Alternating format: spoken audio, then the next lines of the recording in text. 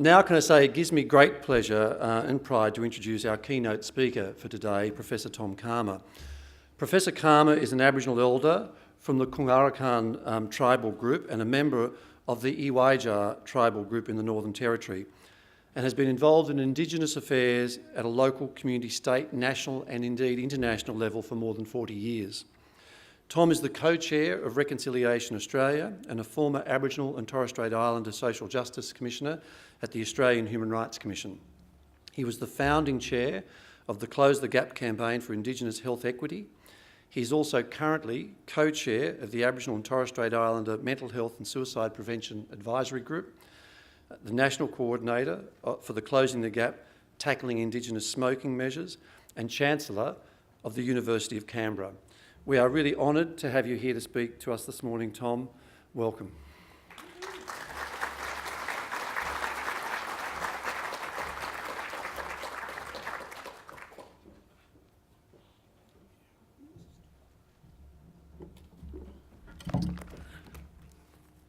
Wow, great to look out and see everybody here today. So firstly, can I thank Chicka Madden for his warm welcome to country, and I also acknowledge the Gadigal people of the Eora Nation and their elders past and present.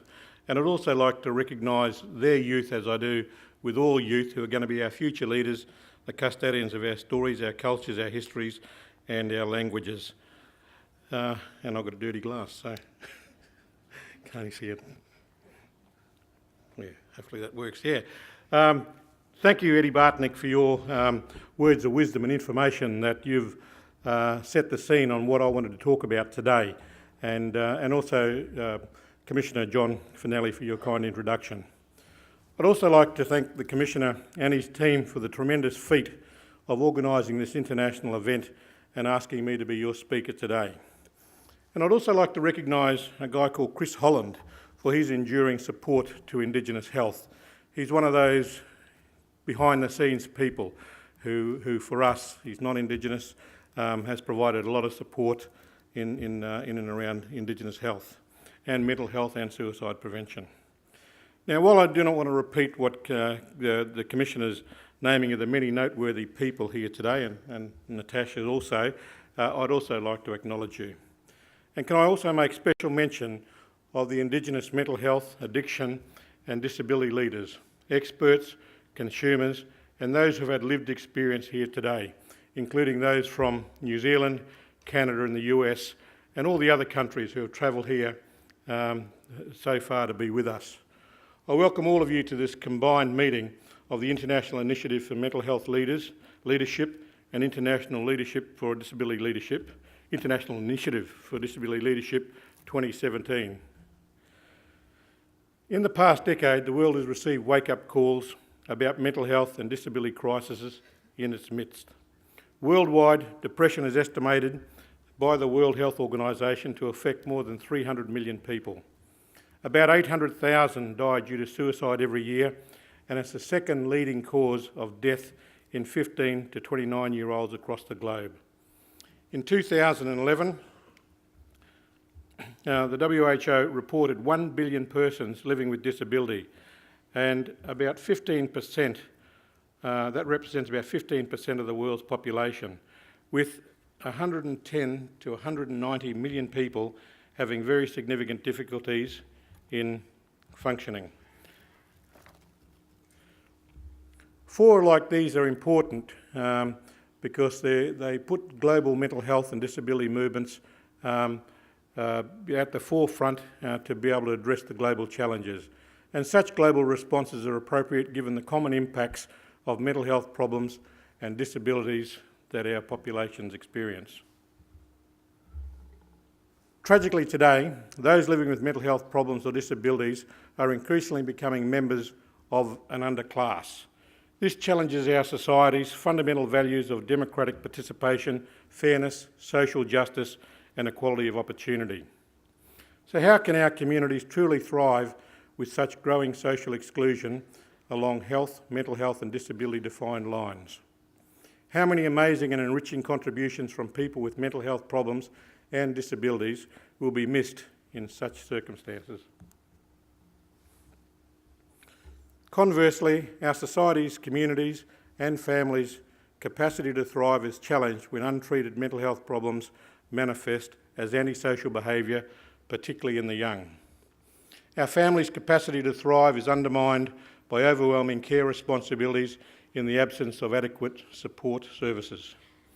And we must not forget that our societies and communities thrive when the families and individuals within them thrive, and fail to thrive when families and individuals fail to thrive. Please do not imagine that because Australia is one of the wealthiest nations in the world, somehow it stands apart from the global situation. No, this country is but a microcosm of the world when it comes to the scale of the disability and mental health challenges.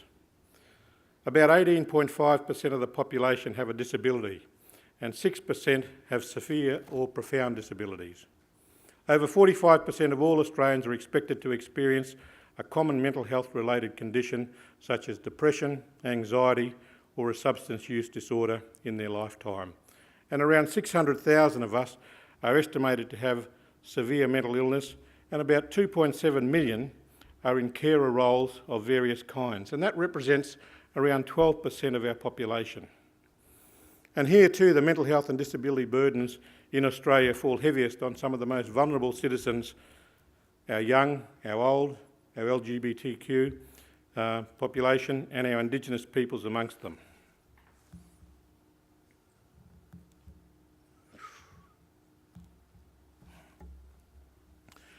Suicide provides a stark example of how Indigenous Australians also share challenges with Indigenous peoples across the world. Indigenous Australians have double the rate of suicide of the non-Indigenous population, with our kids dying from suicide at up to 5 or 6 times the rate of their non-Indigenous peers. Canadian First Nations suicide rates are twice as high as that of the non-Indigenous Canadians. In the United States, suicide rates amongst Native Americans has been estimated to be at least 1.5 times higher than the national average. And in New Zealand, the suicide rate of Maoris is 1.8 times higher than the Pakeha, or the non-Maori population. And the young person's suicide rate is 2.4 times the rate of Pakeha.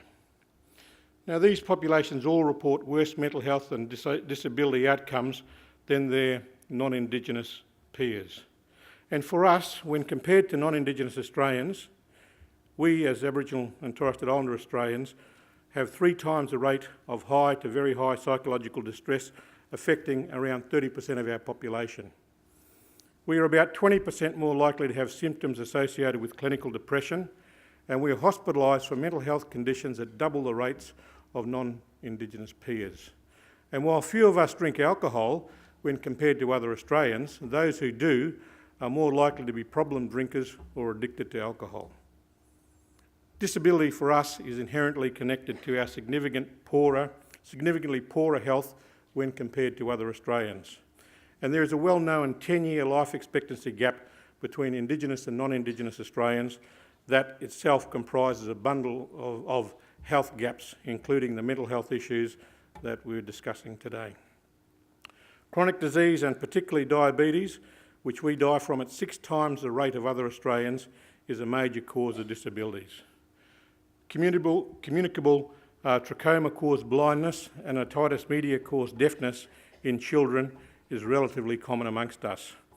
And while we must support those with existing disabilities, an equally important goal must be the prevention of future disabilities.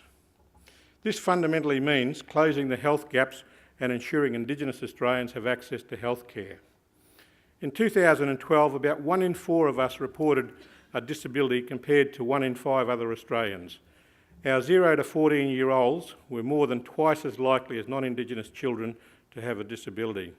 And we typically have greater assistance needs and are almost twice as likely to require assistance with communications. Whatever our difficulties, however, what unites us as a global disability and mental health leaders is far greater than what divides us. What I'll do in my keynote today is discuss how Indigenous Australian leaders have responded to our mental health and disability challenges, and distill some of the key messages that will, I hope, be of use to all of us here, Indigenous and non-Indigenous, and from whichever part of the world you come from. Indigenous Australia has a health, disability and mental health story that must start with the geography, history and politics of the country.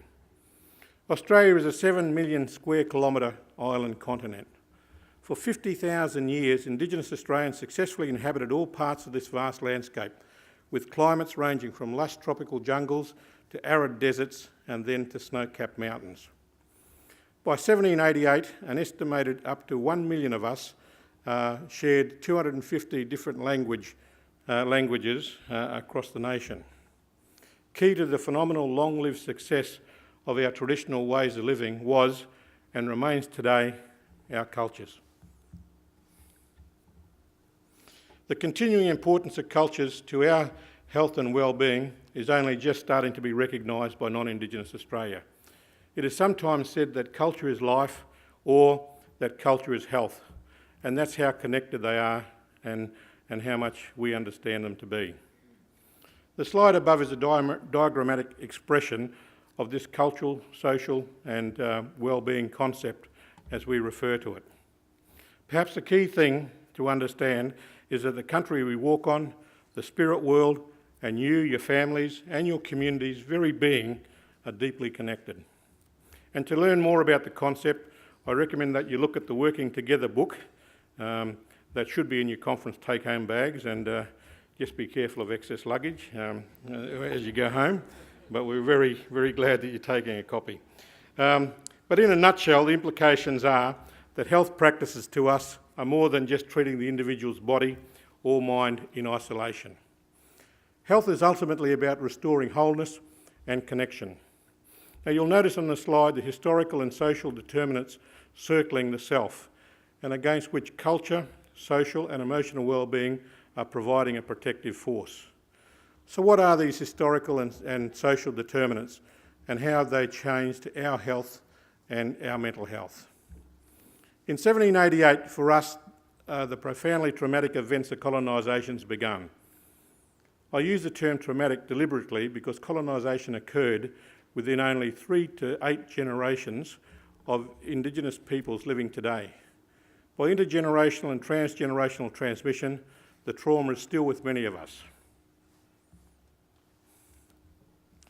The first wave of colonisation is not a distant event, historical event. The last officially sanctioned massacre is recorded at Coniston in the Northern Territory in 1928. In a second wave of colonisation, from the late 1800s to 1950, we were subjected to racist legislation that controlled all aspects of our lives. And many of us were further traumatised by being forced off our country and mixed with different cultural groups on reserves and missions that were controlled by missionaries. At best, we've been confined to camps outside of towns under various state legislation and segregationist policies. And this is what happened to some of our elder folk living today, and to our parents, our grandparents and our great-grandparents. So it's still within our frame of reference, our living experience. The other defining experience of this period was the forcible removal of tens of thousands of children, who were often referred to as the stolen generations, to be assimilated into non-Indigenous society. Many people living today are directly affected, and the trauma transmitted down family lines. From the 1950s on, segregation and reserves were dismantled, and anti-racist and decolonisation norms took root in the West. The last of the residential facilities closed in the early 80s, and a couple of weeks ago it was announced that 71 former residents of the Home for Indigenous Stolen Generations Children in Darwin, who suffered horrific sexual and physical abuse, will be compensated in what their lawyer says is the largest class action in Northern Territory history.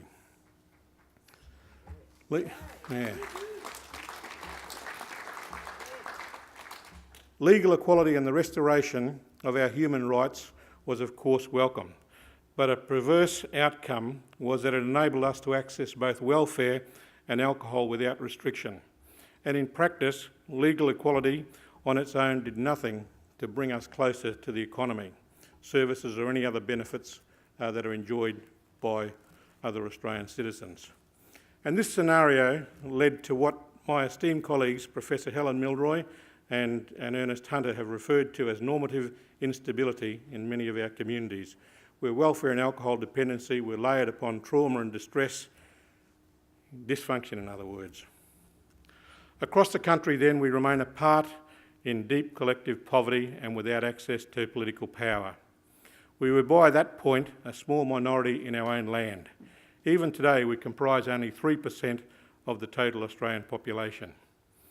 But by 1967 there was enough disquiet and international embarrassment about our squalid living conditions that a referendum to change the Constitution and provide the Federal Parliament with the constitutional power to make laws specifically for Aboriginal people were passed, and with an unprecedented and overwhelming public support of 90.77%, which is the most successful referendum that we've ever held in Australia, and only 8 of 44 referenda have ever passed in Australia, and that one, to recognise us, to be counted on the census, was the most popular. The promise was that the Commonwealth would step in to ensure we receive the services and support that the states and territories had failed to provide and rectify decades of segregation. But this did not start to happen until the mid-1990s. And while there's been much change since the 1967 referendum, racism and social exclusion remain a defining feature of our lives. In an authoritative 2006 survey, 57% of Indigenous Australians agreed that Australia is a racist country. In 2010, almost 10% of Indigenous Australians were estimated to suffer deep and persistent social exclusion, compared to approximately only 5% of the general population. So in this situation, social determinants continue to have a much greater impact on our health, mental health and rates of disability. Injuries and violence also contribute to both disability, trauma and mental health problems. In 2014-15, more than 1 in 5 of us reported experiencing physical or threatening violence, and that's 2.5 times the rate of non-Indigenous peoples. And the most frequent recorded contributors to high rates of psychological distress are the deaths of a family member or friend, a close family member or friend, serious illness, unemployment and mental illness itself. Alcohol and drug use and suicide are also problems in many communities. And racism too cannot be ignored. In a 2016 survey, 37% of us reported experiencing verbal racial abuse in the previous 6 months. And racism has been connected to psychological distress and trauma in the United States African American population, and there's little reason to doubt that similar impacts are taking place on us here in Australia. All of this hits our friends and families hard. Sexual abuse is also reported at higher rates in our communities. Our precious children are 8 times more likely to be in child protection services than non-Indigenous, and disabling developmental trauma in our children is an emerging problem.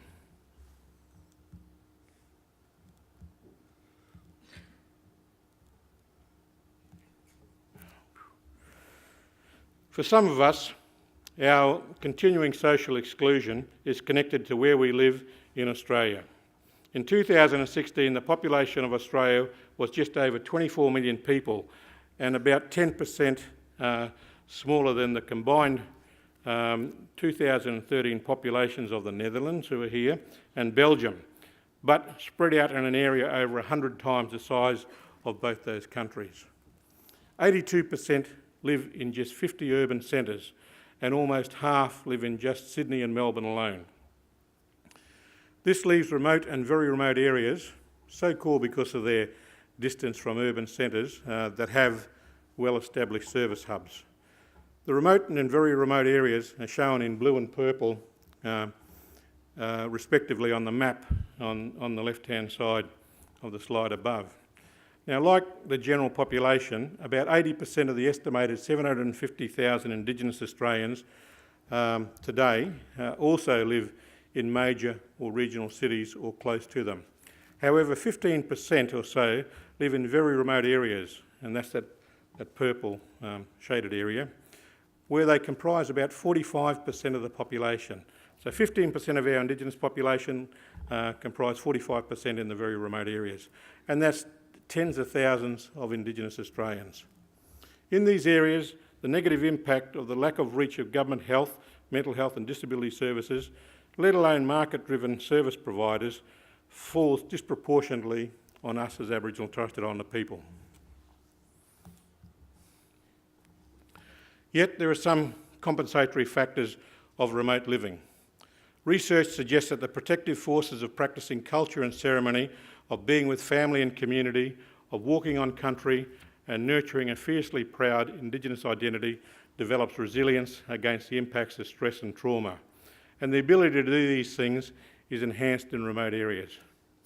But nonetheless, to be living with a disability or mental health issue in these areas is a significant challenge. I'm chair of Ninety One, an organisation that worked with Indigenous Australians with disabilities and their carers living in remote towns and communities, and particularly in the Anangu, Pitjantjatjara, Yankunytjatjara lands in South Australia in 2015. Now, Ninety One is engaged to identify the needs of Indigenous Australians in these areas as part of the rollout of the National Disability Insurance Scheme that Eddie referred to earlier. Now although we noticed that people with disabilities also benefited in ways from their remote living, we found poverty and poor housing, let alone housing modified to be able to accommodate people with disabilities, was commonplace. Demanding family and spouse carer roles was also the norm.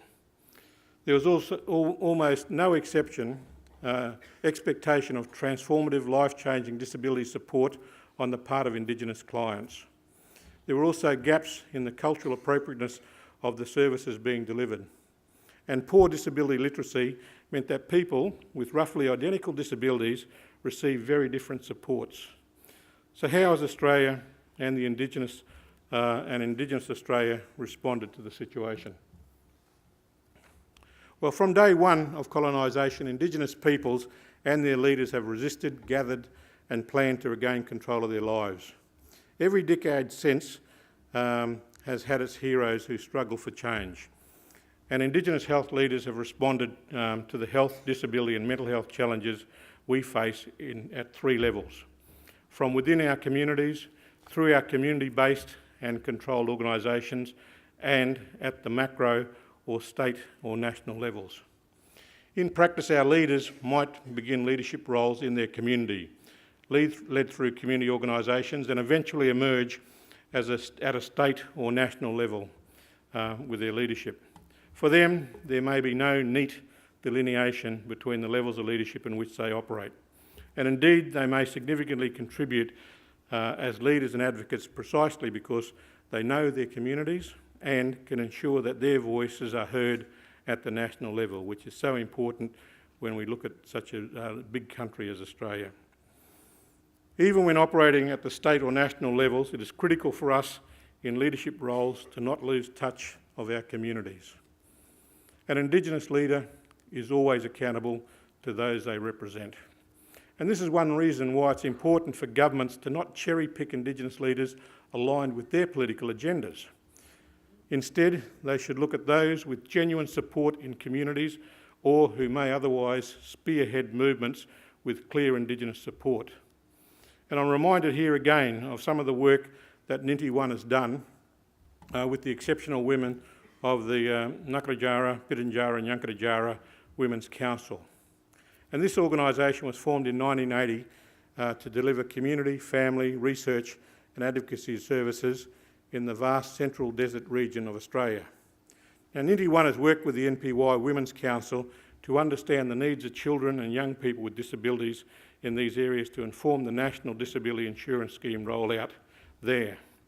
And I note that Andrea Mason, the chair of the NPY Women's Group Council, also works at the national level and was just this month appointed to the Prime Minister's, well, it was actually last month, Prime Minister's Indigenous Advisory Council that formally advises the Australian Government on Indigenous issues. So we're very confident that Andrea will raise issues about remote Australia. So here is a classic example of how the three levels of Indigenous leadership interrelate. Now, focusing on the health and mental health leadership that has also been built from the ground up. From the late 1960s on, in the absence of effective government action and as an expression of self-determination, Indigenous community leaders in Sydney and Melbourne organised to provide their own health services. A community control model was developed in which local Indigenous boards of management control these services, and Chika mentioned one of that he's involved with this morning. So over time, Australian governments have begun providing financial support such that 150 or so of these services now exist. Some are big urban medical centres that provide holistic and comprehensive primary health care, and others in remote areas might just be a clinic with only a nurse and maybe a visiting GP or physician. In regional and remote areas, Aboriginal community-controlled health services are used by both Indigenous and non-Indigenous peoples. Each state and territory also has a community-controlled health service peak body, and at the national level, the peak body for community-controlled health services is the National Aboriginal Community-Controlled Health Organisation, or NACCHO, and it has and continues to play a key leadership role in the Indigenous health movement.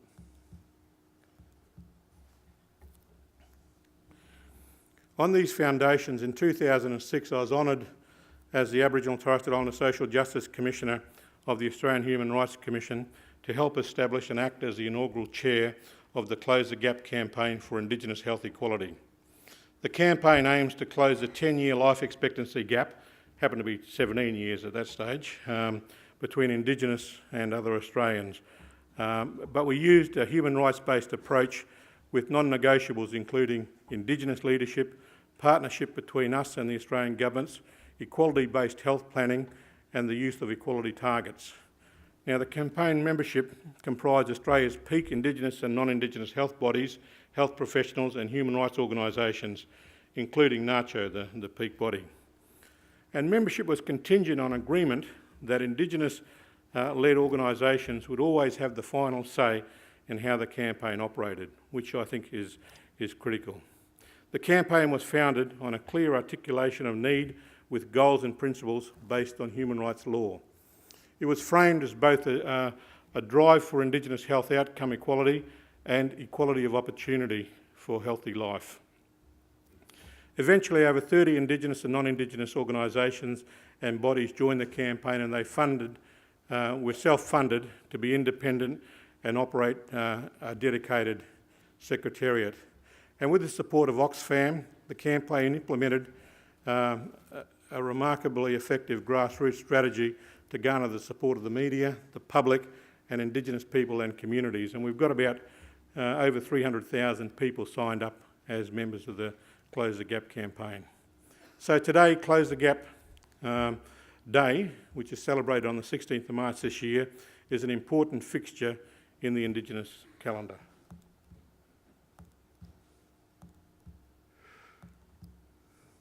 Politically, the campaign secured multi-partisan political support through the signing of the Close the Gap Statement of Intent by the then Prime Minister and leader of all major political parties at both the national and state and territory levels. And critical to our advocacy was agreeing and endlessly repeating the key messages until they began to be repeated back to us from the mouths of politicians and bureaucrats as if their own ideas. We shaped the discourse, in other words. In this way, we succeeded in securing over $5 billion in additional funding to address our health, housing and other social determinants. Further, 2 health targets were set to close the gap in life expectancy by 2031 and to halve the under 5 child mortality gap by 2018. And further targets for key social determinants have also been set.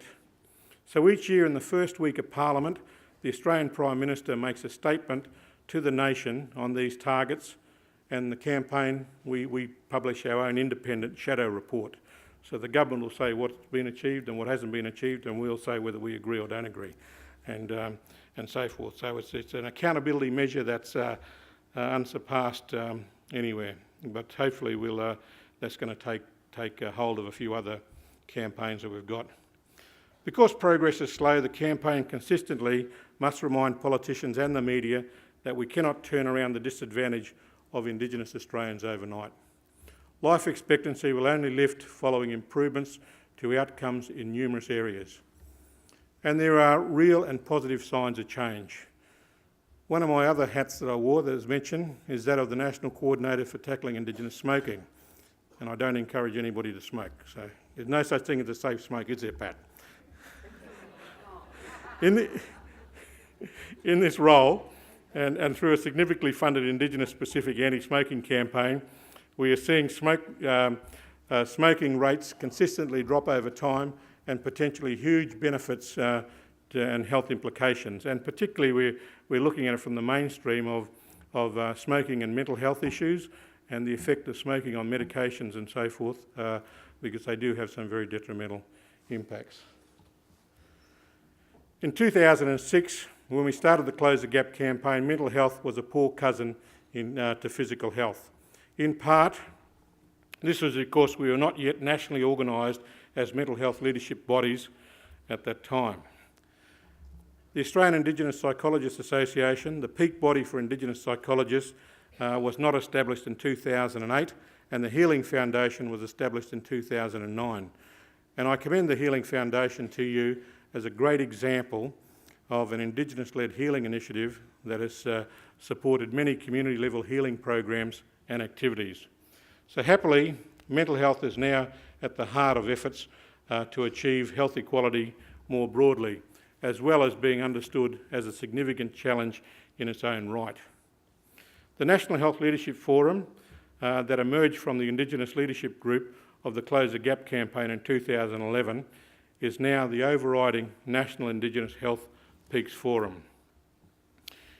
It has successfully partnered with the Australian Government to develop the National Aboriginal and Torres Strait Islander Health Plan 2013 to 2023 and has ensured that mental health is included in it. The Health Plan Implementation Plan, which followed, and a task force is now working to operationalise the implementation plan, and a multi-portfolio social and cultural determinants working group to develop a blueprint to apply a determinants approach to health policy and programs. The start of the Indigenous mental health movement can be dated to 1995 and the Ways Forward National Indigenous Mental Health Report developed under joint Indigenous and non-Indigenous leadership. The growing movement was boosted when the 1997 Bringing Them Home report brought home the impacts of the forcible child removals on our mental health. And Bringing Them Home recommended a national apology that was eventually made by the Australian Government in February 2008. And I had the privilege to be nominated by the Stolen Generations people to provide the formal response to the Prime Minister's apology on their behalf. Over the past decade, the governments of the states and territories have also apologised. So we've now got nationally that recognition. And more recently, I commended the Australian Psychological Society for its 2016 apology to us for some psychologists' role in child removals. And it's my hope that other bodies of professionals that were involved, my fellow social workers, psychiatrists and so on, will also follow that lead and make apologies. Another result of Bringing Them Home was the funding of counselling and social and emotional wellbeing services, primarily aimed at the stolen generations and in some community-controlled health services. And today, larger services are likely to employ mental health professionals on site or as visitors. Aboriginal mental health workers are also an established element of the workforce in these services. However, amongst Aboriginal community-controlled health services overall, about 6 in 10 still report gaps in mental health and social and emotional wellbeing services, and about half report gaps in alcohol and other drug services. Now, roughly half of the Indigenous population use or relies on community-controlled health services, and as such, the absence of mental health and other services in them is a significant barrier to treatment. The Indigenous mental health movement has two main objectives. First, building on the community-controlled health service model to establish mental health services controlled by and specifically for Indigenous peoples and that operate within a cultural framework. And second, to ensure that general population mental health services are responsive to our often greater and more complex needs and cultural, experiential and language difficulties. Remember, I said only half of the Indigenous population use the community-controlled health services and the other use mainstream and other services. So we need to ensure that everybody is able to culturally cope with delivering services to our people. Critically to both these efforts is the renewal of the National Strategic Framework for Aboriginal and Torres Strait Islander people's mental health and social and emotional wellbeing that was initially developed in 2004 by Indigenous cultural, social and emotional wellbeing, mental health and suicide prevention leaders.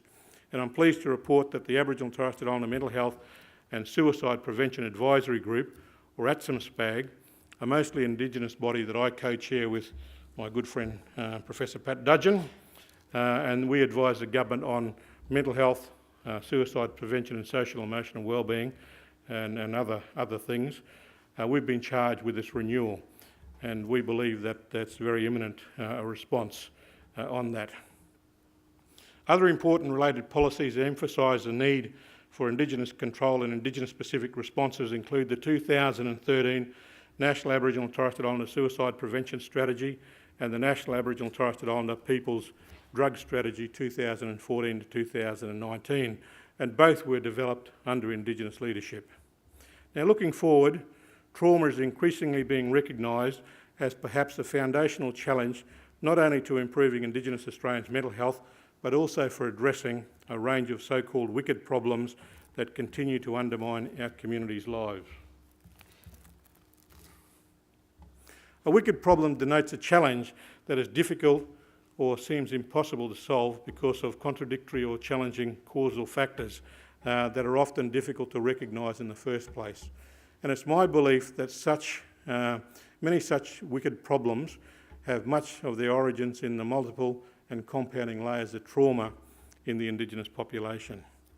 In addition to historical traumas, this includes traumas from repeated exposure to life stresses in the present day and things like racism that I mentioned, and traumas from exposure to violence and childhood stresses, and later with potential developmental impacts that can lead to disability.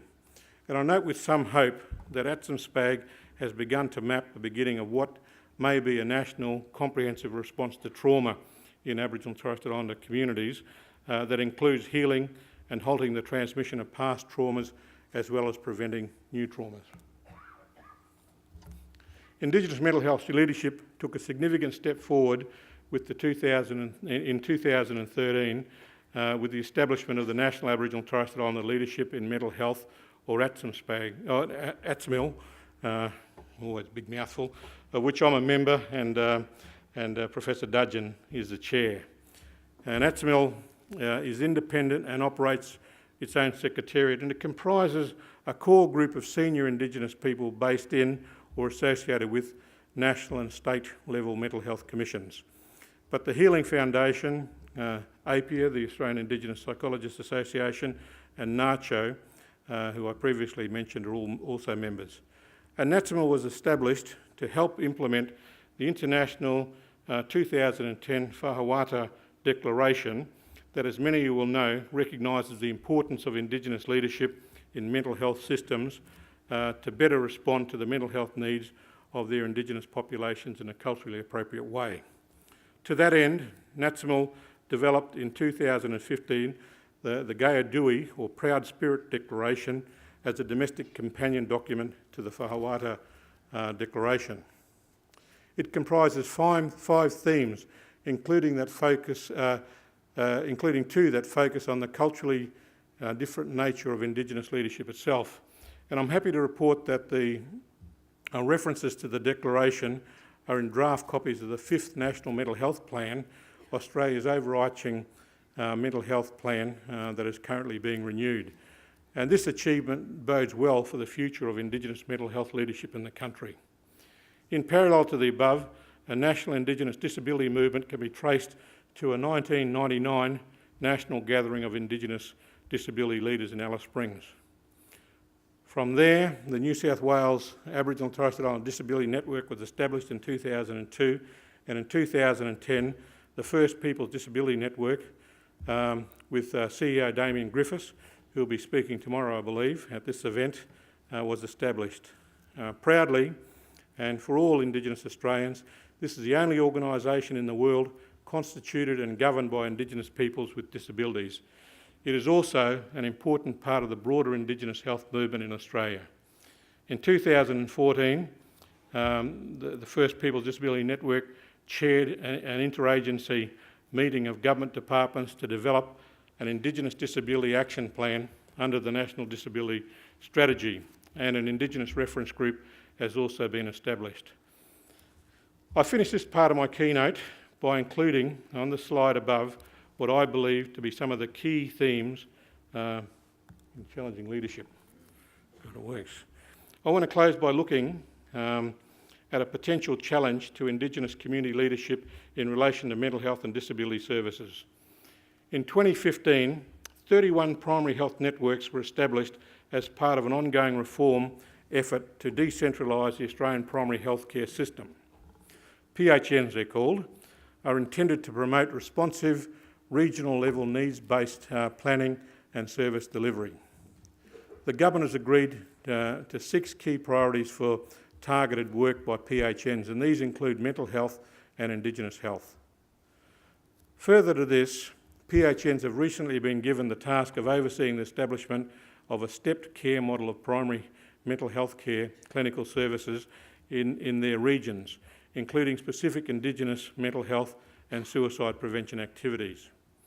And PHNs are required to work closely with the National Disability Insurance Scheme providers because of the need for psychiatric disability support services integrated into the stepped mental health care model.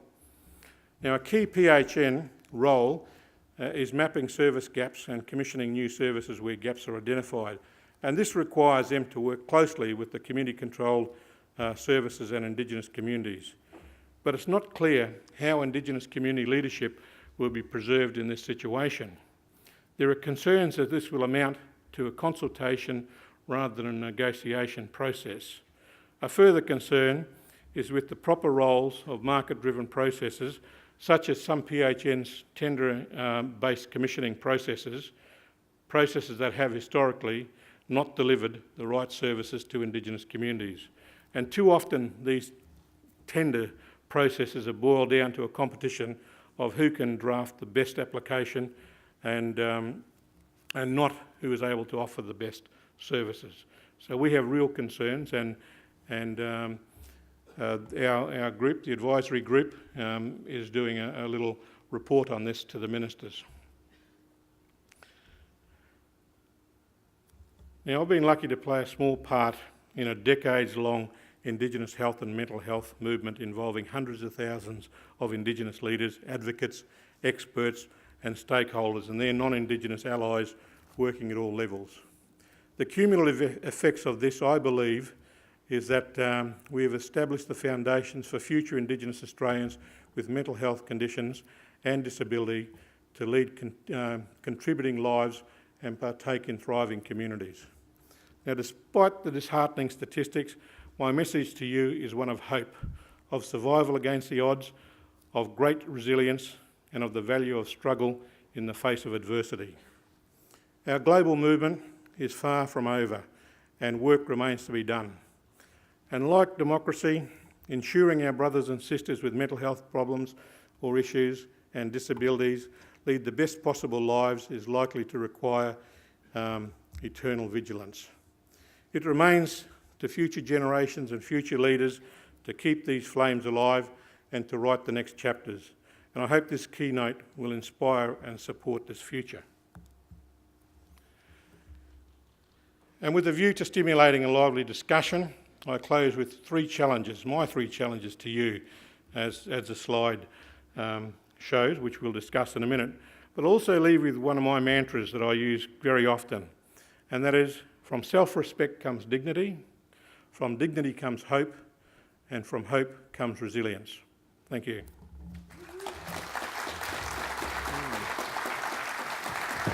Tom Calma, stay with us for a moment. Eddie Bartnick.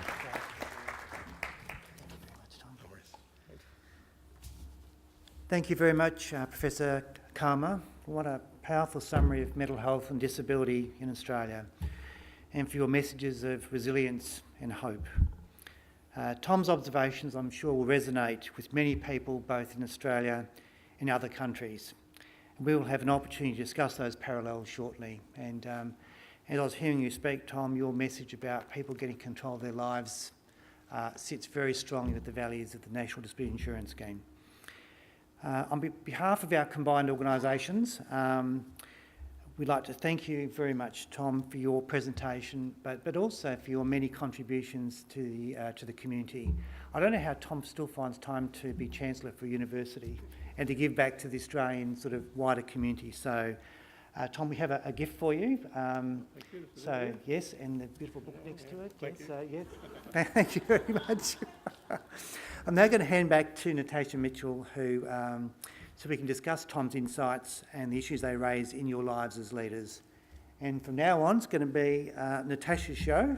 I'll leave you in her capable hands for the remainder of the program. Thanks very much, Eddie. Great, thank you. Thank you. Great. If we could have the last page of the last slide up, please. Is that possible? Fantastic. Thank you, Tom. And I love how we made you take your own gift.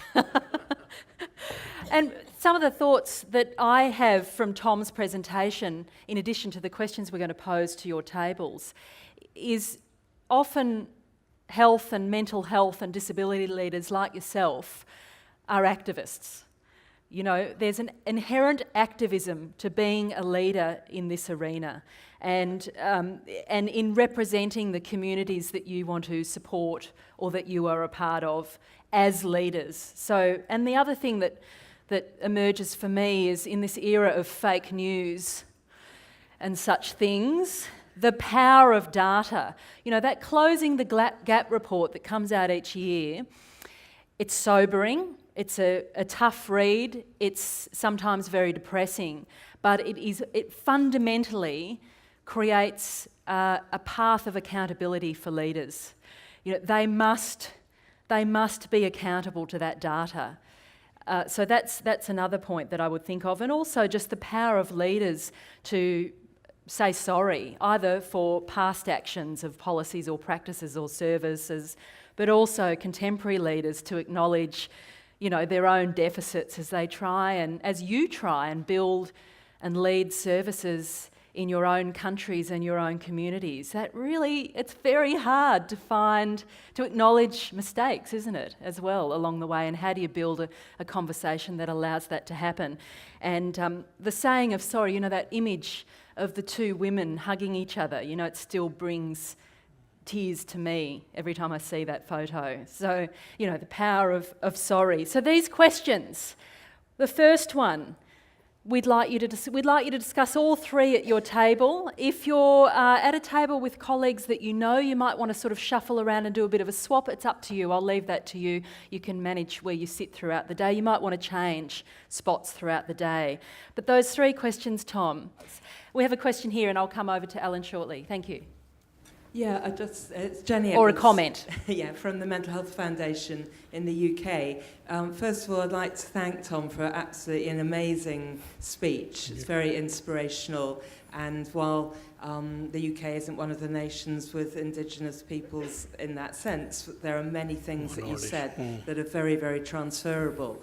I think the thing that we've for a number of different countries around this table. And I think what we found particularly strong was your reference to a human rights structure underneath as being the basis on which you could argue all the other points and argue for inclusion, argue for leadership, making sure that a focus on localism and competitive services didn't trump what is fundamentally people's right to good health services and to good health support. So thank you for that. And I don't know if you've got reflections on how we could spread your learning more widely. But just can I pick up on that too? I mean, human rights sometimes feels nebulous, doesn't it? When systems take over, that core vision gets lost in the moment-to-moment and day-to-day delivery. So how do you retain that core substrate in your work?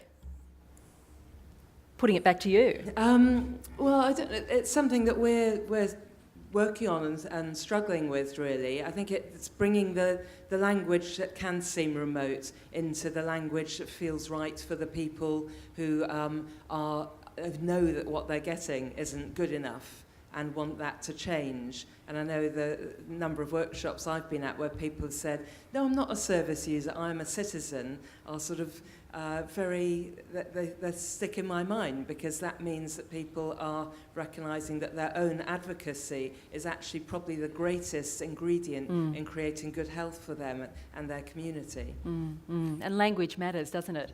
I'm not a patient, I'm not a service user, I'm a human being with human rights. Tom? No, exactly, and I think it's very important, and I guess if anybody's interested, to go onto the Australian Human Rights Commission website, and you just go into Close the Gap, and there's a ton of work there, and especially some of the early work, the report I did in 2005, which established all of this, and that was really on a human rights-based approach, and that's really about engaging with the community, the people most affected, is paramount in what we do, making sure that we apply things like the principle of progressive realisation, meaning you've got to set some really good time frames that are achievable, and the whole essence of what we're trying to achieve is equality, and so it's the right to equality, and so things like accountability is there. We'll set the time frames, set the targets, make sure that all the parties are accountable to doing it, make sure that funding is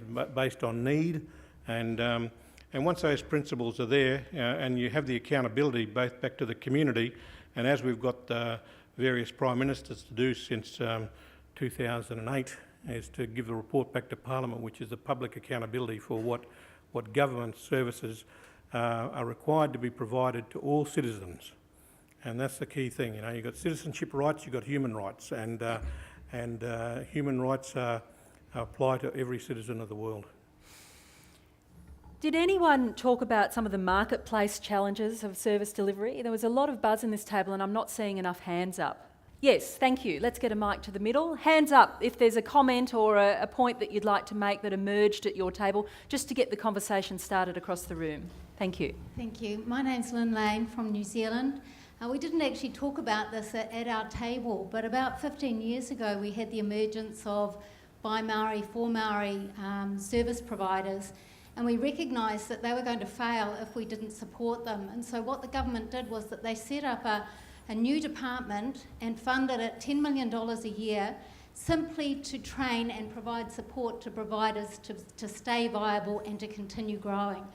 And that was an extremely successful initiative. Te Rau Matatini still exists. It's run by Maori to support the development and growth of Maori organisations and to train their leaders. So if you want Indigenous leaders, then one of the things that you can do is set up organisations to grow them. So what sort of training, yes, but what sort of practical support does that $10 million a year provide? Whatever they need, they decide. They developed a template for self-audit for organisations. They identified what they required in order to stay viable or to grow. They set up scholarship funds. Mason Jury was on their board and their advisor, who's one of the icons in terms of Maori service development and research. They grew research fellows. So they've set up a whole program of activities. So you can go online and just Google them, just have a look at what they're doing. But it was a very successful model in New Zealand. And many of you will know that they've gone from strength to strength in terms of Maori providers. Great, thank you. Introduce yourself. I'm Donna Blair. I manage a alcohol and drug service in Rotorua. Te Utahina, we've got some AOD contracts in adult youth as well as residential for our Midlands region. Ngā mihi nui kia koe, Tom. Kia ora. Kia ora. And kia ora, Lynn. Lynn is correct in terms of some of the workforce arms, particularly Māori, focusing for Māori. The only thing that I would say that's slightly different, Lynn, is while there are a lot of Māori providers doing some fantastic work, we are still being undermined by non-Māori services, and a lot of our contracts are being uplifted from Māori providers and going to national non-Māori providers. I've got a huge issue with that, and constantly challenging our government and ministers around that stuff. Kia ora. So don't sit down yet. Tell us more about what is happening and why that loss of provision or power is happening. Well, actually, I don't have the answer, and neither do they. So I can only talk about my experience in my community, as I have 3 FTEs being uplifted to go to non-Māori services, and I cannot get an answer to that. So services are being taken away from Maori providers. And has that come through this competitive tendering sort of process? Yes, it is. But on the upside, we also won quite a significant contract from a non-Māori provider, given that a lot of the DTUs, drug treatment units in prisons, are full of Māori. So we have got one gain in that respect. But I do challenge non-Māori providers, when you are going for contracting, kia tūpato, be careful where you're taking that funding from. They're often from Māori providers. So as a leader, do you feel that you have got the voice of the ears of the people who are driving the tendering process? I get invited back. Surprises me, but I don't know that I've got the ear.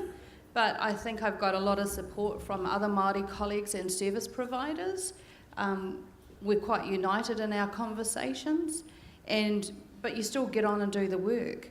At the end of the day, we still have mahi to do. And like Tom said in his kōrero, I'm not just responsible to the funder and our government, I'm responsible to a whole community of people, our families, our community, particularly Indigenous communities.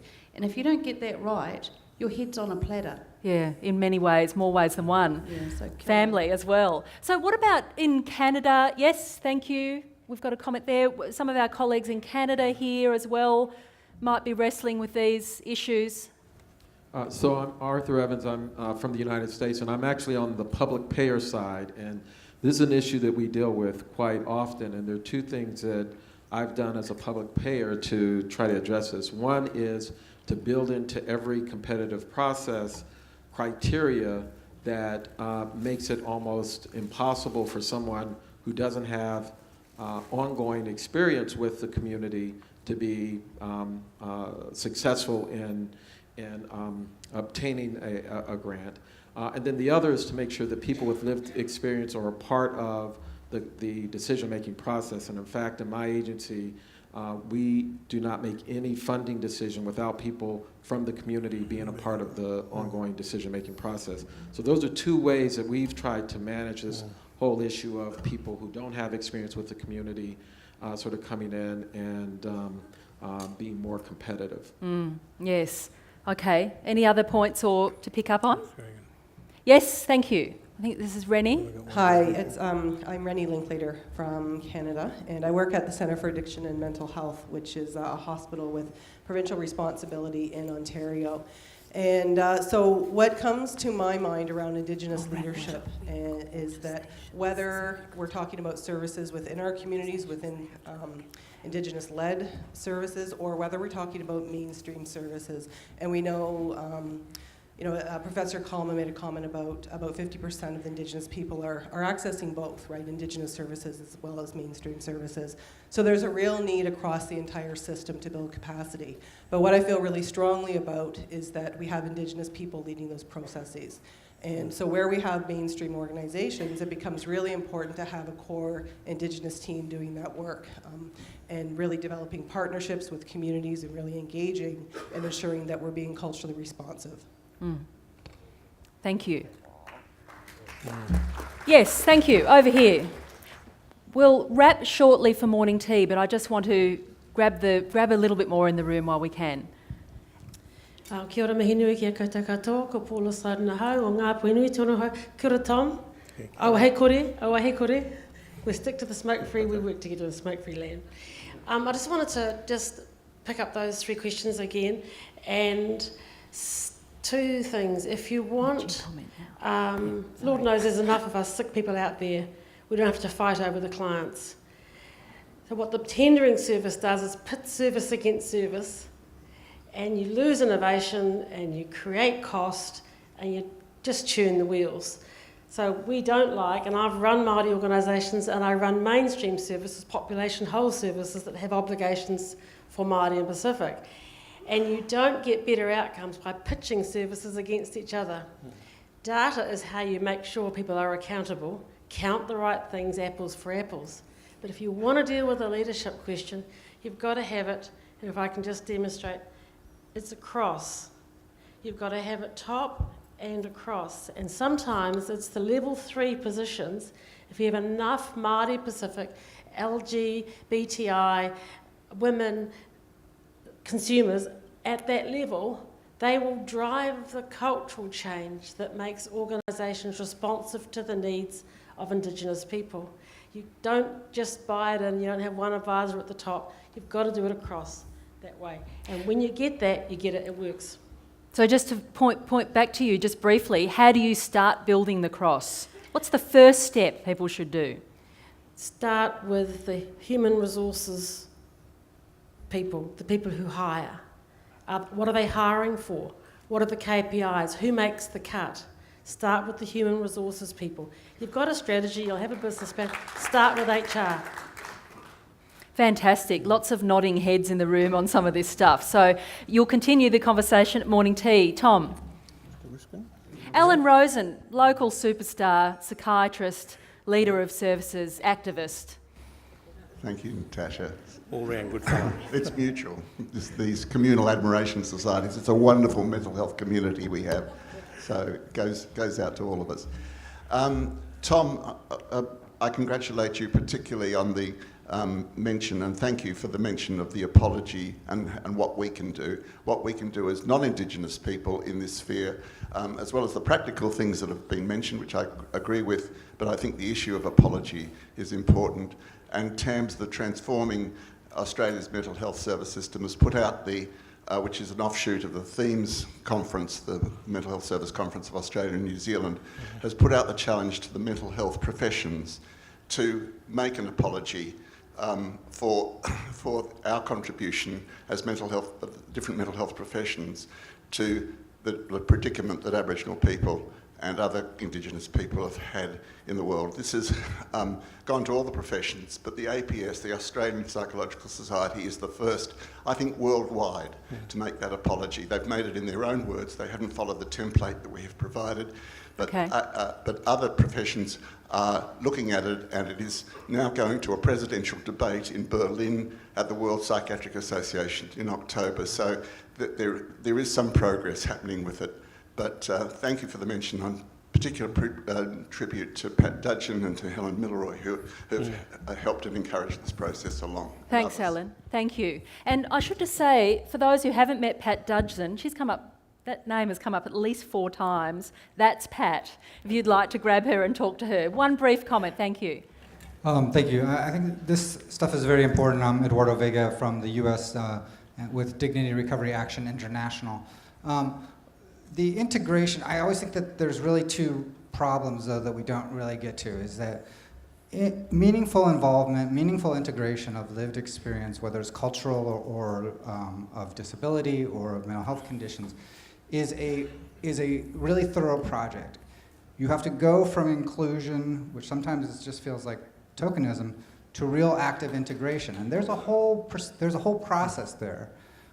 So, we've developed, and I think that one of the things that we'd like to see a lot more is, a process for organizations to really think strategically and technically about how are you going to go from where you are to the next step in terms of empowering your communities, bringing the wisdom of lived experience into your organization or your project or your program, and really plan to do that over time. Now, the other side of this, though, is that a lot of people, whether they've not had opportunities because of interrupted education or because of not having the same educational opportunities as professionals, they're not really truly able to be empowered because they don't have the support and the learning ability to get to the place where they can be really effective as change agents within organizations. So I really feel like this is so important, but to do it right, we really have to bring focus both on strategy, also on training and support, and helping guide people who are trying to bring their lived experience into places where they can be effective without being isolated and manage the stigma and discrimination and things that are going to come along with it. So putting these two together, to me, those are the wheels that you need to have on your car if you're going to move forward and make it really true empowerment. Thank you very much. So someone has emphasised, start with human resources. Who are you hiring according to what criteria? Support those people that you do hire to be the leaders that they have the capability to be. And we're going to talk much more about lived experience with an incredible speaker after morning tea. So we'll pick that up. Any final comments from you, Tom? Look, just thank you for everybody being here. You know, in this sector, both our sectors, we have to really work together, and I think we can work together.